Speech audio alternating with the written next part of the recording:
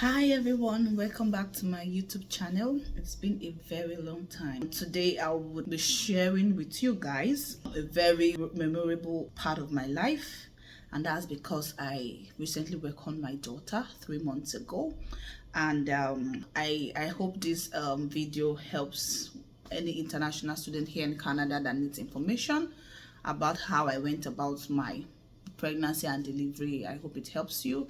I hope it helps temporary residents that are trying off footing here in Canada. And if you're joining us for the first time and you want more of these videos, why don't you click on the like button, the subscribe button. We're going into my story, my journey, my pregnancy journey down to my delivery. I'll be looking down at my phone because I have some notes I've written and I would not want to skip any juicy part of this gist. I gave birth to my daughter August 19th, and the first time I realized I was pregnant was 2023 November, and at that time I was concluding my second semester in school. I was so happy, and after the whole happiness, I am pregnant, blah blah blah, came fear, came anxiety and all, and I told myself I don't know what to do. And this has to do with the fact that we know as international students you're not you don't have OHIP, or you don't have the government health insurance, so you're only strictly to the insurance your school provide you. And do not forget, I did not get pregnant back home. This is pregnancy I had here in Canada. So with the whole guard me, you'd have to, most hospitals here do not accept the insurance. You'd have to pay, and after paying you get the receipt from them and you'd have to claim it later. And usually claims take about 5 to 10 working days. So when I realized I was pregnant and came to anxiety, it came with fear and all, I remembered one of my school colleagues that I knew in my school. I saw in my school, and at that time she was pregnant. So I called her and I asked her, "Oh babe, what's up? How are you going about it? What did you do?" and all. Then she introduced me to this very good organization. They call them pregnancy care centers, like an NGO where they help people that are pregnant. They support you, advise you, whatever you need, they help you with it. So I went there and I was well attended to. The lady there, Karen, if you're seeing this video anytime in the future, God bless you. I appreciate everything you've done for me and you're doing for me, because you're still in the process of helping me also. And I also want to appreciate Pregnancy Care Center for all they do for pregnant women out there. We appreciate you. So Karen helps me. She helps me register with midwives. Usually what you do is, as an international student, and you don't want to go through the whole stress of getting an OBGYN, because usually they're all booked. It's far. I was living near Etobicoke and they told me they would register me with an OBGYN far in Brampton. How does that make sense? So I opted out for the midwife, and one of the midwife clinic reached out to me, and that's how my journey started. Okay, so the midwives would cover, as an uninsured person, that's if you're uninsured, they would cover your blood work, they will cover your scanning, they will cover so many other things. Your visits to the midwife, they will not charge you. In fact, you're not paying anything. The only thing that you would need to do yourself is to get your prenatal medicine, which they will prescribe for you. Usually it's an off-the-counter medication you can always get, and that's just it. In my first trimester, it was really horrible. I was so nauseous. I was vomiting. I remember coming back from work and I'll just stop on the road and I'm vomiting. I remember sitting on the blue seat. We know the blue seat is reserved for pregnant women, reserved for old people, people with pets, people with children and all. And I will feel the movement of the bus. I will feel so nauseous. And once I'm down, I am rushing to vomit. And in my first trimester, I was unable to eat well. I could not eat well because whenever I eat, I puke. I had this whole, I'm a person that smells well. Like I have this, my sense of smell is so strong.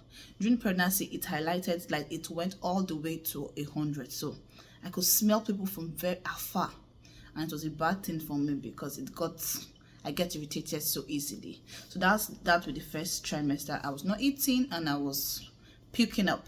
So in my second trimester, which was way better, I got my appetite, I could do things, I was no longer missing days at work, I was going to work fully, I had my energy and all. And at the time I was pregnant, we still had, as international student here in Canada, we still had 40 hours to work. So I was working 40 hours. I was going to school twice in a week and one online. I was going to work 5 days a week, and I was being a wife. So imagine the whole stress I went through. That's why my videos, my vlog, I could no longer meet up with it. I had to prioritize what it was most important to me at that time. So second trimester went through, and every 4 weeks the midwife would send you out for scan to know the development of the child, to know how the child is developing, if the child is going okay and all. The services I got was top notch. Then we moved to the third trimester. You know, the whole advice you get on the internet to drink okra water, to have pineapple, to take there's this tea, I forgot the name of the tea, to trigger pregnancy and all that. Will tell you to exercise. I did all these things. At 38 weeks, my baby was not here. At 37, 38, 39, nothing was happening. I was doing exercise, I was climbing the stairways, I was doing a whole lot. Nothing is happening. So this is my advice to you out there. Yeah, they'll tell you do this, do that, but you should understand that you're not the one that determines when the baby comes. It's the baby that determines when she or he wants to come out, right? So I gave birth 39 weeks and 6 days, just a day before my due date, and that was when my baby wanted to come. So let's talk about the whole labor process. This is for somebody out there that does not have an idea. You're a first-time mom. You don't have an idea what labor pains feels like. I am doing this for you because I never understood, or I never had an idea what it felt like. Nobody told me. I googled, I went through TikTok, and the whole explanation they were giving me was not making sense to me. They kept telling me, imagine you having period cramps times 100, and I'm someone that never had period cramps. I never knew what cramps is, so I don't know what it is. So for somebody that I'm talking to, somebody that like maybe you don't know what period cramp is. So let's take for example, there's this time you would want to use the restroom, like you want to do number 2, like the major, and you're feeling so upset, like your stomach is so upset. You know that pain you feel, that you really need to go to the washroom immediately. Like if you're not going to go to the washroom, you're going to mess yourself. That's how it is. But it's not going to be in your belly, it's going to be around your waist. So where did I experience my labor, my contraction? My contraction was around my waist.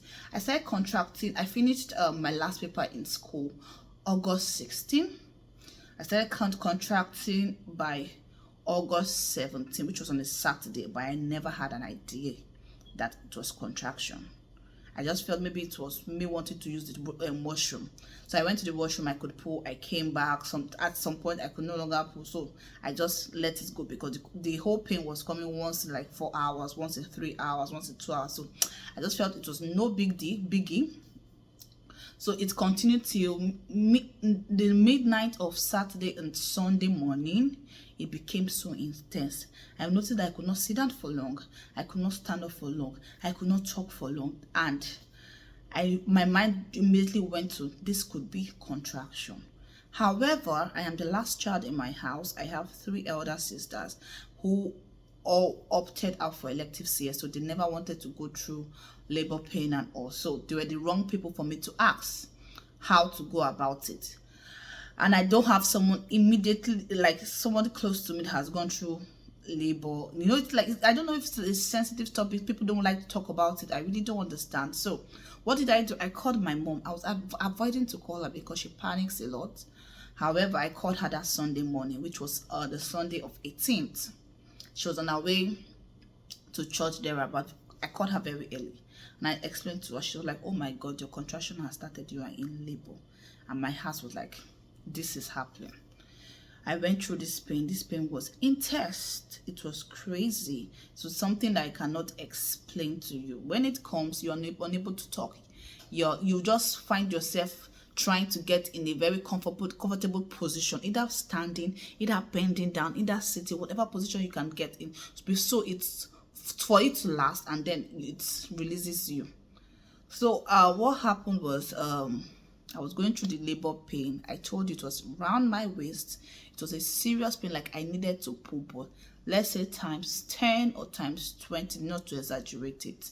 Then once it comes, I'll hold. Nobody will tell you do not hold your breath, but most of the time, because I'm scared, I'm holding my breath and all. Then I'll remember to breathe and all that. So it came, it released you for a while. My contraction was very inconsistent, you know. It will happen. I'll get this whole relief for like maybe 10 minutes, get it for 30 minutes, get it for 5 minutes. So just random relief. There was not, it was not like an active labor. They tell you once you're in active labor, you get this whole contraction every 4 minutes or something. Mine was not like that, but it was so painful. I held on to this contraction. I was going through this pain from Sunday morning till Sunday midnight.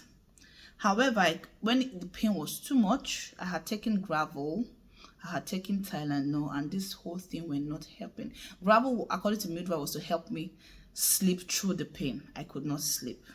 Then Tylenol was to reduce the pain. Nothing was reduced, right?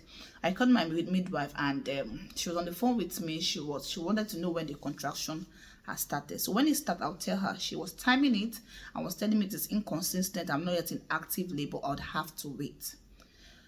So I kept waiting. She advised I take a shower and all, but I did not take a shower till she came. So when she came, she checked my cervix, and lo and behold, I had not dilated at all. I was barely 1 centimeter. And this is what has been contracting since the previous day, which was Saturday afternoon. And my heart sank, and I felt, oh my God, so if this is not even active labor, how does active labor feel like? So she told me she would keep on checking on me. I just need to call her, and all. She left. So around 6 or past 6, I decided to like go take the shower, right? So I went into the shower and I on it, and it was pouring on me from my head down to my toe. And I felt this intense urge to pee. So, and I had Googled, I had checked the internet, and I asked questions about this whole when your water is breaking, or when your water break, and it said it's really like you want to pee but you're unable to control it. So at that point, I knew I was peeing, I was unable to control it. So my husband was in the washroom with me, and I told him I feel my water has broken, and he came to look down. Normally, you know, you will look down at the floor to see what is happening.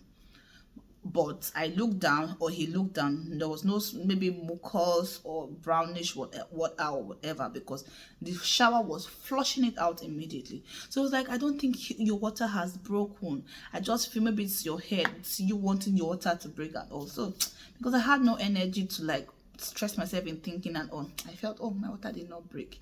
So the pain intensified after then. It was super crazy. It was so intense. And at 11:15 in the night of Sunday, I could no longer bear the pain. I knew I was supposed to wait till my water break before I go to the hospital. And because I never knew my water has broken earlier by 6 past 6 or thereabout, I just told him I need to go to the hospital. I cannot no longer hold this pain. So we went to the hospital. On our way to the hospital, we called the midwife. She said she was going to meet us in the hospital. So we got to the hospital. They placed the monitor on my belly, and my midwife discovered that my baby was in distress. And at that time, I had still not dilated even up to 1 centimeter. She just told me, Gloria, we can't wait for this whole labor to go progress its natural way. I think you need to opt out for a CS. And truth be told, I am open to vaginal birth and CS, whatever it takes for me and my baby to be all right. I am open to that. So I told her, sure, no problem. Then she called the doctors, and they wheeled me, they got me ready. They wheeled me to this theater. I've never had a major surgery before, or a minor surgery before. I've not had stitches on my body before. My body has not been cut with knife for them to do any operation before. And I was wheeled into this theater. I was scared, I can't lie to you, because the place was shivering cold. The theater room was so cold, and they started prepping me, but they did at first. My husband was not allowed to enter till they gave me the epidural, because I know what the epidural needle looked like. I never wanted to look at it. So what did they do? They told me to sit up on the I think it's the theater table, I don't know. I sat up, they gave me a pillow to hold. I held the pillow, and my midwife held me also, while the person administering the epidural was behind me. And oh boy, this pain of the needle going through. I will not even say it was painful, because at that time they were piercing me with the needle. I was having active contraction. So the pain of the contraction made me forget the pain of the epidural. So that was done. They told my husband to call me in. He came in and they started the whole operation. In less than 5 minutes, my daughter was here. We snapped a picture with her. And while they were bringing her out, I felt this pressure on my belly, like as if I was being pressed down. Then I said, what's happening? I feel you're pressing me down. They were like, no, they're trying to pull out the baby. And I'm like, okay, no problem. So while she came out, I started snapping with my daughter. That's when they started stitching me up, like, getting me ready to like close me up and all that. And in less than 20 minutes, I'm not sure this whole process lasted more than 20 minutes, we were wheeled out of the theater room. So before in the theater room, they checked my baby's weight. They did everything they needed to do for her, and they wheeled us out. So I got to my room and I relaxed. At that time, the epidural was still there, so I was not feeling the pain of any stitches and all. So I gave birth on the Monday, August 19, at past 2 a.m. So I think 15 minutes past 2 in the morning was when I gave birth. So we stayed all throughout Tuesday, Monday morning in the hospital, and on Tuesday we were due for discharge. So before the discharge, there's this whole test they run on the baby after 24 hours of birth, where they need the blood sample from the baby, and there's this thing the nurse, this paper, or I don't know, but it's like a paper the nurse will hold, where she needs to insert, and with the paper has different circles on it. They will need to insert the blood on each side. They need to fill those circles with blood of the baby. So now let's get to that part. They poked the heel of my daughter's leg to get the blood, and the woman kept pressing her heel, so the blood would come. My heart was broken. I did not know what to do. I kept on asking her, is it necessary? Do you have to fill these circles completely? Why don't you just get little and just place it? She was like, she has to do this whole process. Why? Because they would run series of tests on the baby to determine that the baby is okay and all. If the baby has any issue, the I think public health will reach out to you via email, also through to your health provider, either your midwife, your family doctor, or OBGYN. So they will better explain to you what is going on. However, to God be the glory, my daughter was okay. So on Tuesday, we went home. Now let's get to what did I do as a first-time mom with no help here in Canada, just me and my husband. I don't know how to change diaper. I don't know how to feed a baby. I don't know how to do all of these things, because I had it back of my mind, oh, my mom was going to be around to help me. However, we applied for a visa and she was not given, whatever. So we had to like brace up to the occasion. I learned how to be a mom on the job. It was a stressful procedure. I found myself crying. Every time I was always crying, and they would say, oh, it's the hormone and all that. But after a week or two, I got out of it, and I've been on my mom's journey from then till now, which has been going well. So what else would you need? I would provide the address of the pregnancy care center I use here in Toronto. I'm in Toronto, so for anybody that's in Toronto that is find yourself in this situation and needs help, either with giving birth, either with, oh, you're pregnant and the pregnancy, you don't want a pregnancy, or anything that has to do with pregnancy, whatever help you need with pregnancy, I'll put the address of the center that helped me, so it could help you. They could help you out there. And also the center would also provide you diaper and wipes every month, or once you give birth, for every month, or through I think 12 months. They would always be there for you. And it's a Christian NGO. And also, if you want to donate to the cost, to what they are doing, they're actually doing a beautiful thing. You can also call them for donation. So let me check my phone to be sure I'm not missing out anything. So I would want to talk about you know how we first time mom would have our labor plan, how we want to, you would write how you want it to be. Do you want delayed clamping? Do you want the number of people you want to be in the theater or in the labor room with you, blah blah blah. Trust me, I did all those things, but when the day they came, I forgot I had a delivery plan. I forgot all those things because we were working fast, like everything was happening so fast. The pain, my husband was confused, and also we forgot those that we had a delivery plan.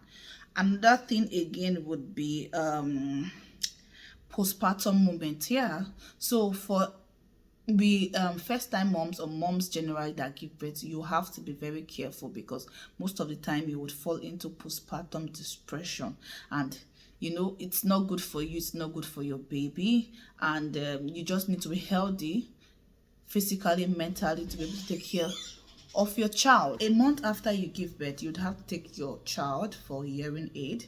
So all you need to do is this paper that will be given to you in the hospital.